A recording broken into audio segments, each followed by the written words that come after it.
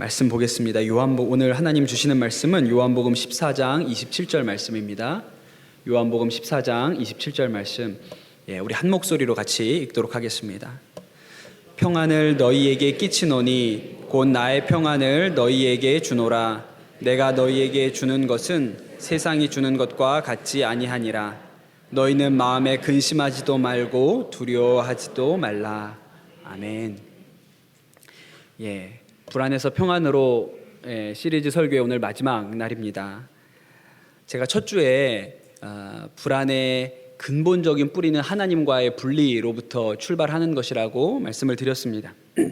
그렇기 때문에 이 불안이라는 것은 그 속성상 의지할 다른 것들을 찾게 마련이지요. 그것을 우상이라고 말씀드렸고, 그런데 이 우상의 본질이 다른 금신상이 아니고 나 자신이라고 말씀드렸습니다. 하나님 대신에 내가 내 인생을 다스리려는 태도, 그것이 바로 우상이라고 말씀을 드렸습니다. 제가 이렇게 불안에 대해서 3주 동안 말씀을 여러 번 전해드리고 나니까 기억에 남는 게 불안밖에 없다는 생각이 듭니다. 제가 요 주변에 요새 얘기를 하다가 제가 좀 이상하면 사람들이 저를 두고 하는 말이 불안해서 그런가 보다 이렇게 얘기를 해요. 저는 이제 평안을 얘기하려고 하는데 들리기는 불안만 들린 것 같아요. 그래서 오늘은 평안에 대해서 이야기할 필요가 있겠다라는 생각이 듭니다. 우리는 불안에서 멈출 수 없죠. 평안까지 가야 합니다. 그래야 답이 있는 거예요. 제가 불안에 대한 이 설교를 준비하면서 이렇게 여러 자료들이나 책들을 읽다가 장폴 사르트르라는 사람을 알게 되었습니다. 이전에도 알고 있었지만 프랑스의 아주 유명한 실존주의 철학가고 아주 극렬한 무신론자입니다. 그런데 이 사르트르도 불안에 대해서 여러 가지 이야기를 했습니다. 그런데 이 사르트르가 불안에 대해서 이야기하는 것이 제가 설명하는 방식과 굉장히 유사하더라고요. 그래서 제가 깜짝 놀랐어요. 이 사르트르도 첫 시간에 우리가 이야기한 것처럼 구약의 에덴 동산을 가지고 설명을 합니다. 아담과 하와가 선악과를 따먹고 나서 불안이 시작되었다고 이야기해요. 물론 그는 이 성경을 믿지 않지만 그렇다고 이야기를 해요. 그런데 사르트르의 차이는, 사르트르는 그것이 자유라고 이야기합니다. 아담과 하와가 선악과를 따먹은 것이 자유라는 거예요. 인간이 자유의지를 가지고 선택한 첫 번째 사건이라는 것이죠. 그리고 이 자유가 필연적인 불안을 가지고 온다는 거예요. 왜냐하면 자유라는 것 자체가 본인이 선택하고 본인이 책임지는 것이죠. 그렇기 때문에 당연히 자유로운 인간에게는 불안이 찾아온다. 그래서 사르트르는 이렇게 이야기합니다. 당신이 지금 불안을 느끼고 있다면 기뻐하라. 그것은 당신이 온전히 자유롭다는 의미이다. 이렇게 얘기를 해요. 사르트르의 이렇게 전기를 읽어보면 정말 자유롭게 살았습니다. 우리가 보면 이해가 안 돼요. 계약 결혼을 하고 계약 결혼을 한 여자와 또 반대의 다른 여자들하고 수도 없는 여자들과 연애를 하고 이런 일들이 수도 없이 나옵니다. 그러니까 정말 자유롭게 살았어요. 근데 그 말은 동시에 매우 불안하게 살았다는 의미죠. 죽을 때도 아주 불안하게 죽었다고 알려져 있습니다. 제 생각에 사르트르는 평생토록 평안이라는 것이 무엇인지 전혀 누려본 적이 없을 거예요. 사실 여러분, 세상은 평안이 무엇인지 모릅니다. 평안에 대한 이미지는 가지고 있을 수 있어요. 예를 들어 세상이 가지고 있는 평안의 이미지는 이런 것입니다. 앞에는 에메랄드빛 바다가 펼쳐져 있고 뒤로는 아주 넓은 백사장에 키가 큰 야자수, 나무들이 늘어서 있죠. 그 바닷가 옆에 선베드가 놓여 있고 그 옆에 아주 시원한 코코넛에 빨대가 꽂혀 있습니다. 그래서 아무 걱정 없이 그저 한숨 늘어지게 자는 것, 이런 것이 이제 세상이 가지는 평안의 이미지예요. 몰디브에 가서 모히또 한잔하는 그런 평안, 이게 세상이 말하는 평안입니다. 조금 더 현실적인 평안에 대해서 얘기하자면 이런 것입니다. 자식들이 시집장가 잘 가고 장성하여서 다 좋은 직장에 자리를 잘 잡았고 노후에 따박따박 연금 받으면서 반듯한 건물에서 나오는 세를 받아서 자식들한테 손 안 벌리고 손주들 용돈 줘가면서 걱정 없이 사는 것, 이런 것을 우리가 인생의 평안이라고 할지 모르겠습니다. 그러나 성경이 말하는 평안은, 예수님이 말하는 평안은 이것과 같지 않다는 거예요. 예수님이 이런 이야기를 하시죠. 한 부자가 얼마나 밭에서 난 소출이 많은지 그 곡식을 쌓아놓을 곳이 없어서 곳간을 더 크게 지었습니다. 그리고 속으로 생각해요. 평안히 쉬고 먹고 마시고 즐거워하자. 그런데 예수님은 이게 평안이 아니라는 거예요. 예수님 하시는 얘기는 그날 밤 이 부자를 데려가시면, 하나님께서 데려가시면 그 재물은 다 누구 것이 되겠느냐. 이것은 평안한 자가 아니라 어리석은 자다. 그렇게 이야기하는 것이 예수님의 말씀입니다. 오늘 우리가 읽은 이 한 절의 말씀을 보면 예수님이 누리는 평안을 우리에게 주겠다라고 말씀하고 계세요. 예수님께서 이 세상에서 누리셨던 평안, 그 평안을 우리에게 주시겠다고 이야기하시고, 그 예수님께서 우리에게 주시는 평안은 세상이 주는 것과 다르다, 이렇게 말씀하십니다. 여러분, 그리스도 안에는 세상이 알지 못하는 평안이 있습니다. 우리가 성경을 통해서 불안한 사람을 여럿 만나봤죠. 제가 특별히 불안도가 높은 직업이 왕이라고 말씀을 드렸어요. 그런데 여러분, 성경을 읽어보면 이 불안한 왕들 반대편에 세상이 알 수 없는 평안을 가진 사람들이 등장한다는 사실을 우리는 또 놀라게 됩니다. 바로 왕은 불안으로 악몽에 시달리는 그런 사람이었습니다. 그런데 억울한 누명을 쓰고 감옥에 갇혀있던 요셉은 평안을 누리는 자였어요. 보통 여러분, 요셉처럼 억울하게 감옥에 갇혀있는 사람이 다른 사람까지 신경 쓸 여유가 별로 없습니다. 오로지 내 문제에 집착하게 되죠. 그런데 여러분, 이 요셉은 억울하게 옥살이를 하면서도 같은 감방 안에 들어온 다른 사람들 얼굴 표정이 어떤지를 유심히 보고 있었던 사람이에요. 그만큼 그가 여유가 있었고 평안했다는 것을 의미하죠. 느부갓네살 왕은 당대의 최대의 영토를 가진 가장 강력한 나라를 이끌었던 왕입니다. 그러나 그는 늘 악몽에 시달렸고 누구도 믿지 못하는 불안증의 소유자였어요. 그런데 여러분, 놀랍게도 작은 나라에서 포로로 끌려온 젊은 청년 다니엘은 두려움이 없었습니다. 이 왕이 명령을 내리면 목숨을 걸고 하나님의 뜻에 순종하면서도 그에게서는 두려움이라는 것을 찾아볼 수가 없는 것이죠. 세상이 알 수 없는 평안이 이 다니엘에게 가득했던 것을 우리가 성경을 통해서 볼 수가 있습니다. 사울 왕은 이스라엘의 첫 번째 왕이죠. 그리고 그 반대편에는 도망자였던 다윗이 있습니다. 왕이었던 사울은 늘 불안에 쫓겨다녔는데, 그러나 도망자였던 다윗에게는 놀라울 만한 평안이 있었어요. 여러분, 한번 생각해 보세요. 한 나라의 왕이 나를 죽이러 쫓아다닌다면 여러분, 우리의 마음이 어떻겠습니까? 우리 인생이 어떻게 되겠어요? 빚만 조금 있어도 매일 걸려오는 추심 전화 때문에 살맛이 떨어지는 게 우리의 보통 마음이지요. 그런데 여러분, 내 목숨을 노리는 자가 그 나라의 왕인데 이건 살아도 사는 게 아니었을 것입니다. 그런데 여러분, 사울 왕에게 쫓겨다니던 다윗 안에 놀라운 평안이 있었어요. 여러분, 몰디브나 연금이나 건물주로는 설명할 수 없는 평안이 있습니다. 우리가 이런 평안을 어떻게 이해해야 될까요? 요셉은 늘 하나님께서 그와 함께 하신다는 것을 너무 분명하게 알고 있었습니다. 성경 곳곳에 하나님이 그와 함께 하셨다라는 말씀이 나오죠. 보디발 장군 집에 있을 때나 감옥에 있을 때나 하나님이 그와 함께 하시는 것이 너무나도 분명하게 믿어졌어요. 오늘 우리가 읽은 이 짧은 한 절의 말씀, 요한복음의 말씀에서 예수님께서 우리에게 평안을 약속해 주고 계신데 그 전제는 성령을 보내주시겠다는 것입니다. 그러니까 우리는 성령 안에서 평안한 거예요. 우리와 함께 하시는 예수 그리스도로 인하여 평안을 누리게 되는 것이죠. 그것이 바로 우리가 누리는 평안의 근거입니다. 그러니 세상이 이것을 알 방법이 없는 것이죠. 다윗은 그의 인생이 하나님께 달려있다는 것을 너무나도 잘 알고 있었습니다. 그는 주권이 하나님께 있다는 것을 분명하게 믿었어요. 사울 왕을 죽일 기회가 2번이나 있었죠. 그러나 사울 왕에게 손대지 않습니다. 그것은 하나님의 주권을 인정했기 때문에 그래요. 내 손으로 저를 죽이지 않아도 하나님께서 세우신 자이니 하나님 뜻대로 하실 것이다. 선하게 하나님께서 하실 거라는 것을 분명히 믿었기 때문이죠.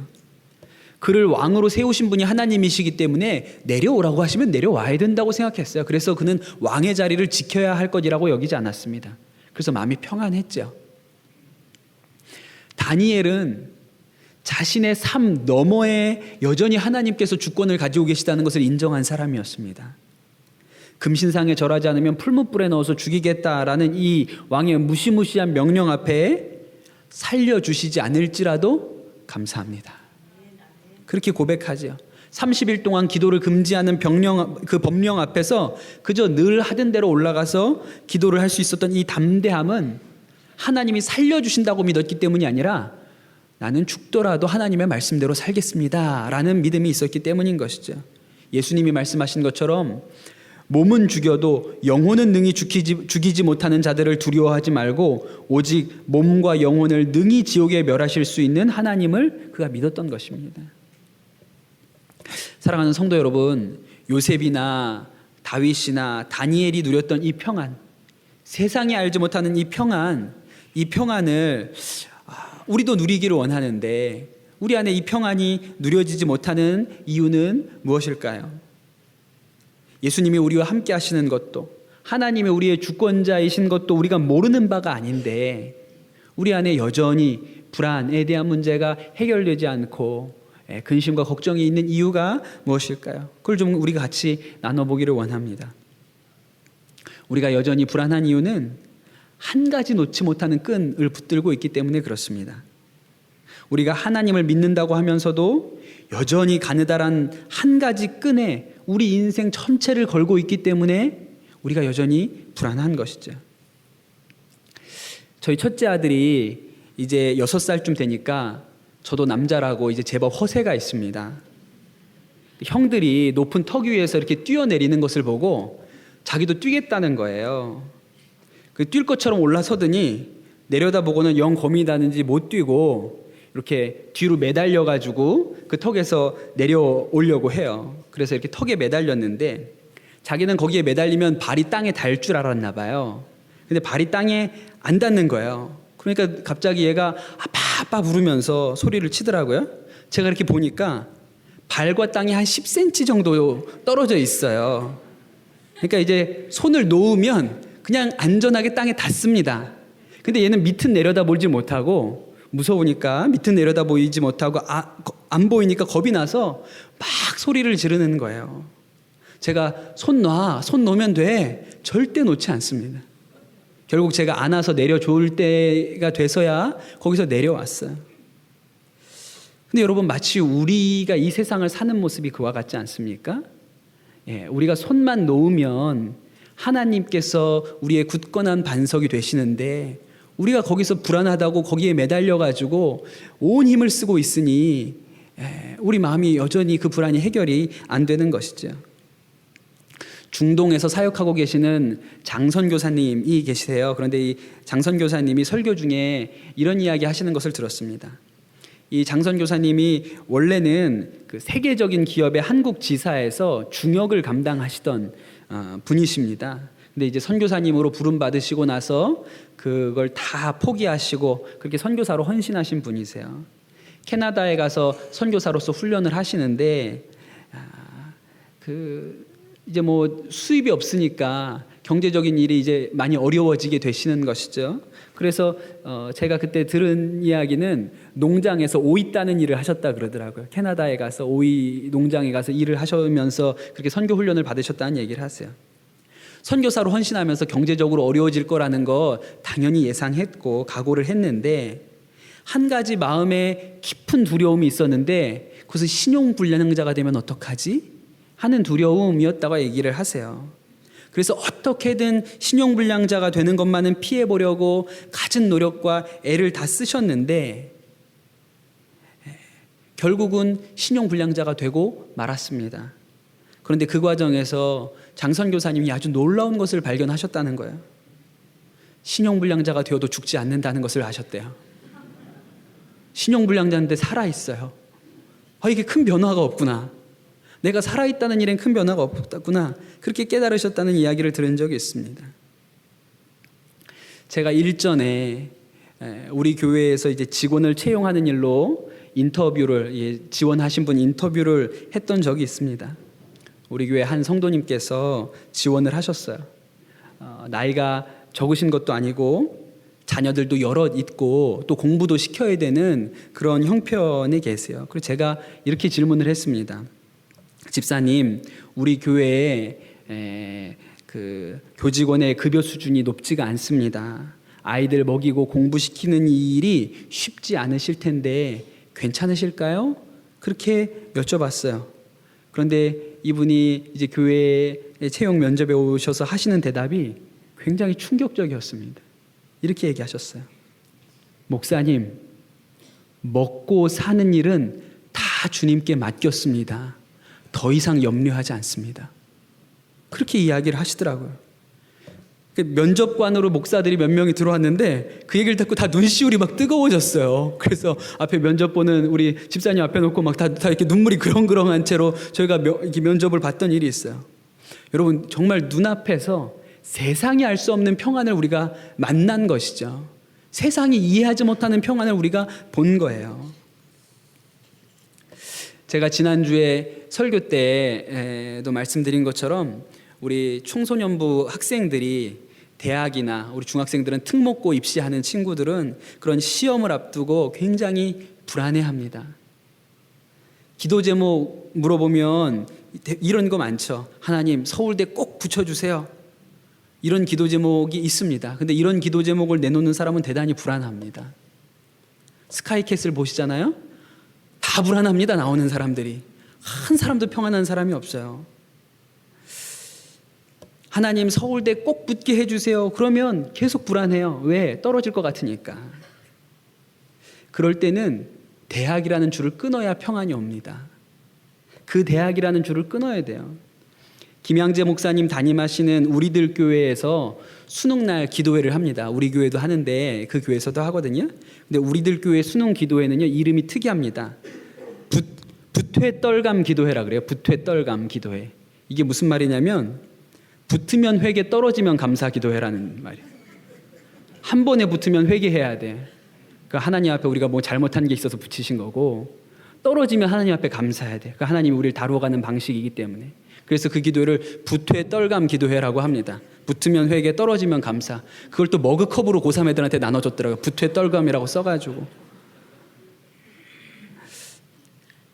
여러분, 부퇴떨감인 사람은 평안합니다. 결과를 하나님께 맡겼기 때문이죠.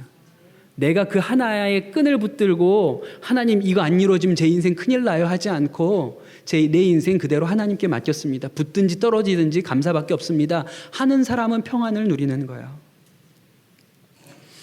제가 작년에 우리 고등부 학생들 데리고 횡성에 전도 여행을 갔었습니다.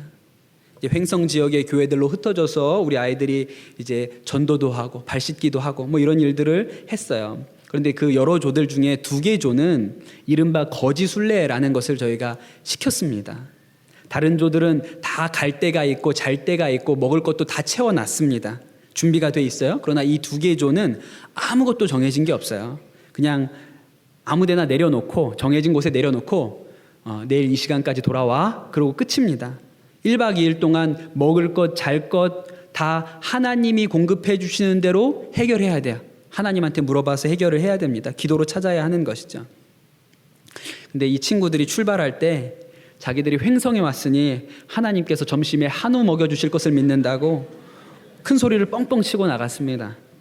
저는 이제 그런 허세를 보면서 대단히 불안하구나 이런 생각을 하지요. 근데 우리 학생들이 그 거지 순례를 몇 번 이렇게 하다 보니까 노하우가 좀 생겼는데, 기본적으로 교회를 찾아가면 먹는 거 자는 게 해결되더라, 이런 어떤 노하우들을 아이들이 알고 있습니다.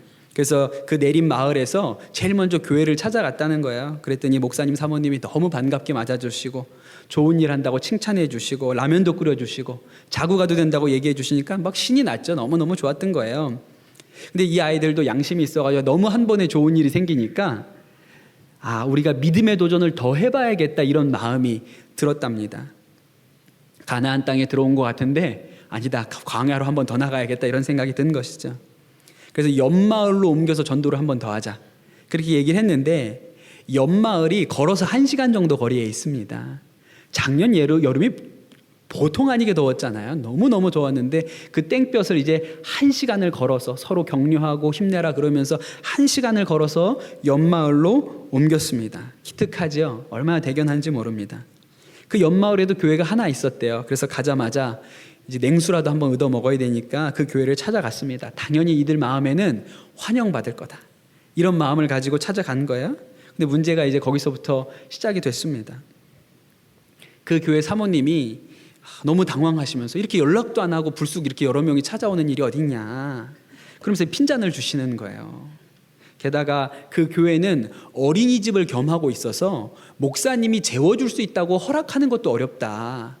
이게 왜냐하면 어린이집 학부형들이 항의할 수가 있으니 내가 이 교회 목사라도 이것을 마음대로 허락해 주기가 어렵다, 이렇게 얘기를 하시는 거예요. 이 얘기를 듣고 이 팀원들이 완전히 머리가 하얘졌습니다. 돌아가려면 또 그 땡볕을 1시간을 걸어가야 되고, 여기는 잘 곳도 없고 먹을 데도 없고, 어떻게 하냐, 이제 조원들 사이에 왜 오자 그랬냐, 뭐 서로 갑론을박을 하는 거예요. 뭐 누가 잘했다 못했다 이런 거예요. 선생님이 가만히 있다가 막 이 얘기 저 얘기가 오고 가고 애들이 막 얼굴이 울상이 되고 이러니까 이렇게 얘기하셨대요. 야, 먹고 자는 거 나중에 생각하고 일단 전도하러 왔으니까 전도부터 하자, 이렇게 얘기하셨다는 거예요. 근데 들어보니까, 이 친구들이 들어보니까, 우리가 전도하러 왔지, 이런 생각이 그제서야 번쩍 든 거예요. 우리가 한우 먹으러 온 거 아니고 라면 먹으러 온 거 아니고 전도하러 왔지, 이게 번쩍 정신이 든 거예요. 맞다, 우리가 전도하러 왔으니까 일단 자는 거 먹는 건 모르겠고 전도하러 왔으니까 일단 전도부터 하자, 그렇게 전도를 했다는 거예요. 그런데 놀라운 것은, 그들이 이야기하는 놀라운 것은, 먹는 거 자는 건 일단 모르겠고 전도하러 왔으니 전도부터 하자라고 마음 먹으니까 하나님이 주시는 평안이 그들 안에 왔다는 거예요. 열심히 전도를 하고 있는데 아까 그 두 번째 교회 핀잔 주셨던 사모님이 찾아오셨습니다.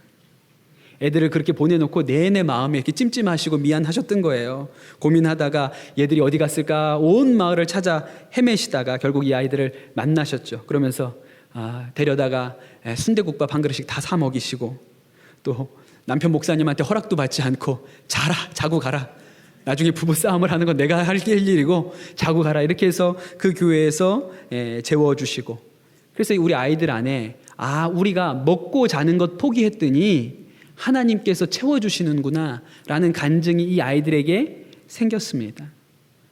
우리가 마지막 한 가지 끈을 잘라내면 하나님께서 주시는 평안이 우리 안에 오게 되는 것이죠.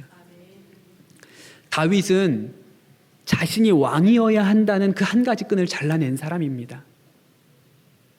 하나님이 세우실 수도 있고 피하실 수도 있으니 하나님께 맡깁니다. 그렇게 그 한 가지 끈을 잘라내고 나니까 그 안에 불안이 없었던 것이죠. 다니엘은 꼭 살아서 하나님 믿어야겠다는 한 가지 끈을 잘라낸 사람입니다. 내가 하나님 말씀에 순종하다가 꼭 영화를 보지 못하고 내가 하나님께 부름받을 수 있지, 그래도 이 죽음 너머의 권세자도 하나님이시니 하나님께 칭찬받으면 그만이다.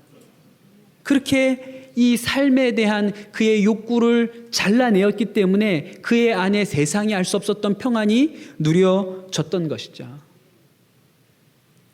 제가 첫 시간에 그 안식월에 우리 아기 데리고 외국에 있었던 이야기로 제가 이 불안에 대한 설교를 시작을 했었습니다. 그때 제가 우리 아이가 자꾸 아프고 외국에 나가 있으니까 이 질병 때문에 집착했던 것 중에 하나가 약입니다.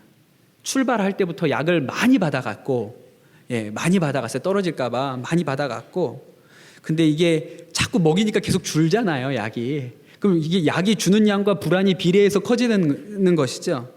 애는 가도 콧물도 안 났고 기침도 안 났고, 그런데 제일 먼저 가지고 간 항생제가 다 떨어졌습니다. 제가 인도네시아에서 구글을 뒤지면서 항생제 연구를 했어요. 똑같은 항생제를 여기에서 구해야 된다. 이게 아무 항생제나 먹이면 안 되니까 한국에서 의사 선생님이 처방해 준 이 항생제 똑같은 거를 인도네시아에서 구해야 된다는 생각으로 항생제를 막 연구했어요. 뭐 항생제가 어떤 종류가 있고 이거 어떤 걸 먹어야 되고 어떤 게 효과가 비슷하고 연구를 막 했습니다. 그런데 똑같은 종류의 항생제를 구할 수가 없어요. 근데 다행히도 그때 저희가 있었던 때 그 인도네시아의 의료 단기 선교팀이 한번 들어왔는데 그 단교팀이 남은 약을 다 주고 가셨어요. 근데 그 약 중에 그 항생제가 있었습니다. 그래서 그 항생제를 찾고 얼마나 마음이 놓이고 평안했는지 몰라요. 그런데 한국에 돌아올 때까지 하나도 먹이지 않았습니다. 그러니까 실제로는 필요 없었던 거예요. 차라리 제가 그 앞서서 이 항생제에게 걸었던 제 한 가지 끈을 잘라내고 하나님, 우리 아들의 생명 하나님의 것이니까 저는 오직 하나님만 의지합니다. 그랬으면 하나님 영광을 받겠죠. 그런데 제가 끝까지 그 항생제 하나를 주머니에 챙겨놓고 항생제가 있으니 괜찮아 이렇게 했던 거예요. 그런데 제가 그렇게 인도네시아에서 노심초사 불안하고 있을 때 우리 교회 요셉교구 목사님이 카톡방에다가 간증 하나를 올려주신 것을 보고 제가 깊이 회개를 했습니다. 우리 요셉교구 한 가정에 아기가 태어났는데 태중에 있을 때부터 이 아기 심장에 이상이 있어서 태어나도 2주 이상을 살기 어려울 것이다 라는 그런 진단을 받은 아기가 있었습니다. 근데 그 가정에서 하나님이 주신 이 생명을 귀하게 여겨서 낳기로 결심을 하고 이 아이를 출산하게 돼요. 2주밖에 못 산다 그랬는데 돌을 넘게 지금도 살고 있습니다. 그때 이 어머니가 돌 넘겨서 이 아이가 계속 살아있으면서 돌 때에 쓰신 간증문이에요. 간증문에 이렇게 써 있었어요. 예랑이와 함께한 1년 동안 크고 작은 일들이 있었고 그 가운데서 주님이 당신의 마음을 계속해서 알게 해주셨습니다. 가장 선한 것으로 당신의 자녀들을 축복하시는 하나님을 지금도 저는 신뢰합니다. 약 5개월간의 병원 생활을 하고 퇴원해서 집으로 왔을 때 아이를 돌보는 게 쉽지 않았습니다. 너무 작은 아기를 어떻게 하면 아프지 않게 편안하게 해줄 수 있을까 생각했지만 마음처럼 모든 게 되지 않았습니다. 계속해서 먹은 것을 토해내고 뒤집어지는 모습을 볼 때마다 혼자서 아이를 돌봐야 하는 시간이 너무 무서웠습니다. 우리 아이에게 허락되어진 시간이 언제까지인지 알 수 없어서 퇴원 후 집에서 지내는 2달은 오늘일까 내일일까 생각하며 살았던 것 같습니다. 그러다 보니 내가 죽을 것 같았습니다. 그래서 생각을 바꿨습니다. 주님이 내게 허락하신 시간인 오늘을 기쁘고 즐겁게 감사함으로 살자라고 생각을 바꿨습니다. 그리고 아이를 아기 예수님이라고 생각하고 주를 섬기듯이 해야겠다는 마음을 먹었습니다. 그렇게 하루하루 지내며 놓치지 않았던 게 있었습니다. 말씀을 읽는 것이었습니다. 아이 곁에 꼼짝없이 붙어 있어야 하는 상황 속에서 내가 할 수 있는 건 주님의 말씀을 붙들고 읽는 것이었습니다. 기도가 되지 않아도 말씀을 무조건 붙들었습니다. 1년이라는 시간을 보내면서 여러 차례 응급실에 가고 입원을 하고 크고 작은 수술을 하면서 이겨낼 수 있었던 건 생명 되신 주님의 말씀을 놓지 않아서였음을 고백합니다. 그렇게 간증문을 쓰셨어요. 여러분, 세상이 알 수 없는 평안이 우리에게도 있는 것이죠. 세상이 짐작조차 할 수 없는 평안이 그리스도 안에 있는 것입니다. 여러분, 맞습니다. 그리스도 안에 있는 평안은 상황으로부터 오는 평안이 아니라 하나님의 말씀, 그 약속으로부터 오는 평안입니다. 오늘 말씀의 말미에 예수님께서 이렇게 얘기하십니다. 너희는 마음에 근심하지도 말고 두려워하지도 말라. 우리 교회에서 사역하시고 지금 수지선한 목자교회에 담임 목사님으로 계신 강대영 목사님이 우리 교회에서 부목사로 사역하실 때 갑상선에 이렇게 암이 생기셨던 일이 있습니다. 그래서 수술을 하시고 이제 쾌유를 하셨는데 그 암 진단을 받으시고 너무 이렇게 마음이 힘드셨죠. 젊은 나이에 주님께 헌신한다고 목사가 되었는데 이렇게 암이라는 진단을 받았으니 마음이 굉장히 낙담이 되셨습니다. 그래서 기도하려고 인천에 있는 마가다락방을 가셨다고 그래요. 인천에 있는 마가다락방에 가셨는데 그 마가다락방 섬기는 목사님이 강대영 목사님한테 얘기하시기를 저 앞에 기도하시는 할머니가 우리 기도원에서 하나님하고 제일 친한 분이라고 가르쳐줬대요. 우리 기도원에서 하나님하고 제일 친한 권사님이 저 맨 앞에서 기도를 하신다고 그렇게 얘기를 해줬대요. 근데 강대영 목사님 기도하고 계시는데 나중에 그 하나님하고 제일 친한 할머니 권사님이 강대영 목사님한테 와서 이렇게 얘기하시대요. 이렇게 얘기를 하셨다는 거예요. 아바디가요 걱정하시지 말래요. 다 괜찮대요. 그러고 가셨다는 거예요. 근데 그날 얼마나 그 하나님하고 제일 친한 할머니가 해주신 그 말이 얼마나 하나님의 말씀으로 믿어지는지, 그 전에 아무리 말씀을 보고 성경을 볼 때는 봐도 두렵고 봐도 떨리고 이렇게 근심이 되었는데, 그날 이 하나님하고 제일 친한 할머니가 아바디가요, 걱정하시지 말래요. 하나님이 다 괜찮대요. 라고 한마디 하신 이 말씀 때문에 당신이 믿음을 얻었다. 그렇게 이야기하시는 간증을 제가 들은 적이 있습니다. 여러분, 오늘 이 말씀에 나온 이 마지막 말씀, 너희는 마음에 근심하지도 말고 두려워하지도 말라.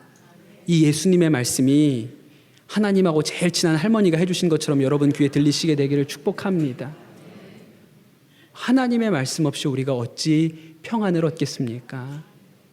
예수님께서 성경에 가장 많이 하신 얘기는 사랑하라, 믿어라라는 말도 아니고 두려워하지 말라라는 말씀입니다. 여러분, 이 하나님의 말씀이 우리 귀에 대고 하신 것처럼 너희는 마음에 근심도 하지 말고 두려워하지도 말라. 내가 주는 평안은 세상이 주는 것과 같지 않다. 내 평안을 너희에게 준다. 이 하나님의 말씀이 여러분 귀에 응하게 되시고, 그리하여 여러분 하나님 안에, 예수 그리스도 안에 참 평안을 누리시게 되기를 예수님의 이름으로 축복합니다. 이 시간 같이 우리 찬양하고 기도하도록 하겠습니다.